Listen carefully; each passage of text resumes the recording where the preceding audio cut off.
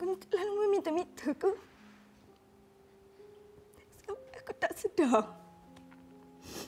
Aku boleh tak sedar yang selama ni Aldi dah rasa tertekan. Bila?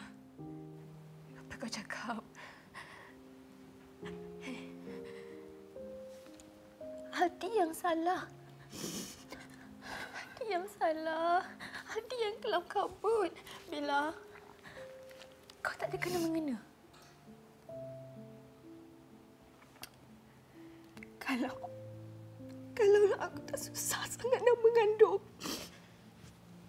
Kalau aku peka pasal keadaan duit dia dari start lagi, mungkin semua benda ni takkan berlaku, Alma.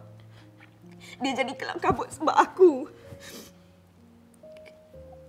So, semua yang dia buat tu sebenarnya salah aku. Bila? Pandang mata aku. Kau dengar cakap aku. Kau tak salah. Aldi yang pilih jalan ni, Bila. Bila, jangan macam ni. Tak, aku tahu. Aku tahu dia buat semua tu sebab aku. Sebab aku. Bila. Tak. Alma.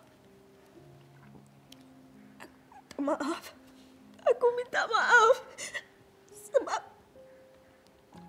Sebab Aldi dah kecewakan kau dan Haziq. Aku minta maaf sebab dia dah ambil hak yang bukan dia punya. Ya. Tak apa, Bila. Semua yang jadi pun di luar jangkaan kau. Sudah.